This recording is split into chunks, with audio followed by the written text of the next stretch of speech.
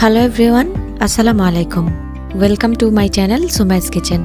আশা করছি আপনারা সবাই অনেক ভালো আছেন। আমার আজকের ভিডিওতে জাস্ট 5 থেকে 7 মিনিটের মধ্যে পারফেক্ট একটা পাট শাক রান্না করার রেসিপি আপনাদের সাথে শেয়ার করব। এই রেসিপিটা ফলো করলে পাট শাকের পারফেকশন নিয়ে আপনাদের কারোই কখনো কোনো কমপ্লেন থাকবে না। চলুন তাহলে রেসিপিটা দেখে নেওয়া যাক। প্রথমে আমি একটা প্যানে তেল ঢেলে নিচ্ছি। শাক ভাজি করার ক্ষেত্রে কিন্তু তেলের পরিমাণটা কিছুটা বেশি লাগে, তাই আমি পরিমাণে কিছুটা বেশি তেল এখানে ঢেলে নিয়েছি আর তেলটা সামান্য পরিমাণ গরম হয়ে যাওয়া পর্যন্ত অপেক্ষা করব। এরপরে আমি এর মধ্যে দিয়ে দিচ্ছি রসুন।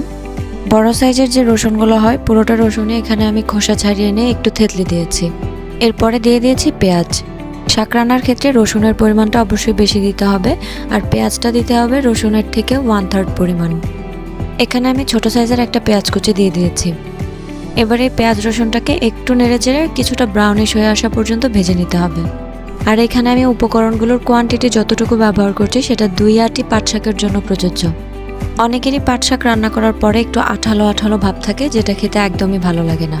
সেক্ষেত্রে আপনারা পাট শাকটা অনেক আগেই কেটে ভালো করে ধুয়ে পানি ঝরিয়ে নিতে হবে। একটু সময় নিয়ে পানিটা ভালো করে ঝরিয়ে নিলে কিন্তু এই প্রবলেমটা আর থাকে না। দেখতেই পাচ্ছেন এই অবস্থায় পেঁয়াজ আর রসুনটা কিন্তু কিছুটা ব্রাউনিশ হয়ে গেছে। এবারে আমি দিয়ে দিচ্ছি পাট শাক।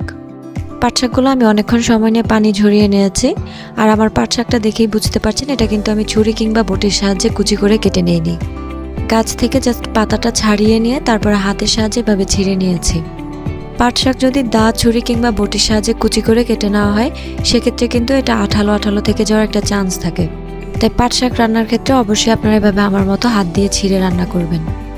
আমি এখানে পরিমাণ মতো লবণ দিয়ে তারপর একটু ভালো করে মিশিয়ে নিচ্ছি। জাস্ট অল্প কয়েক সেকেন্ডের মধ্যেই দেখবেন যে শাকটা একদম মিলিয়ে যাচ্ছে। আর এই অবস্থায় আমি চুলাটা অলমোস্ট মিডিয়াম ফ্লেমে রেখেছি।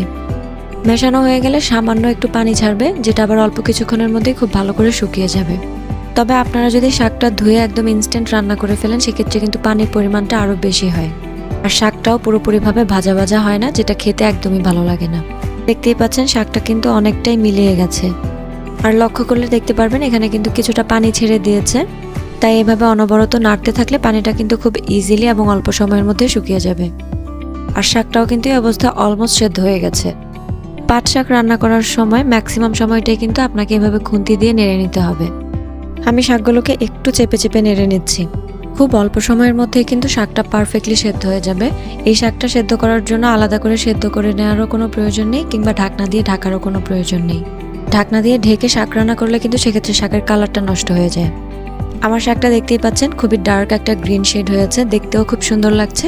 আর এই অবস্থায় কিন্তু পানিটা একদমই শুকিয়ে গেছে আর আমার শাকটাও কমপ্লিটলি রান্না করা হয়ে গেছে। এবার আমি চুলাটা বন্ধ করে শাকটা উঠিয়ে নিব।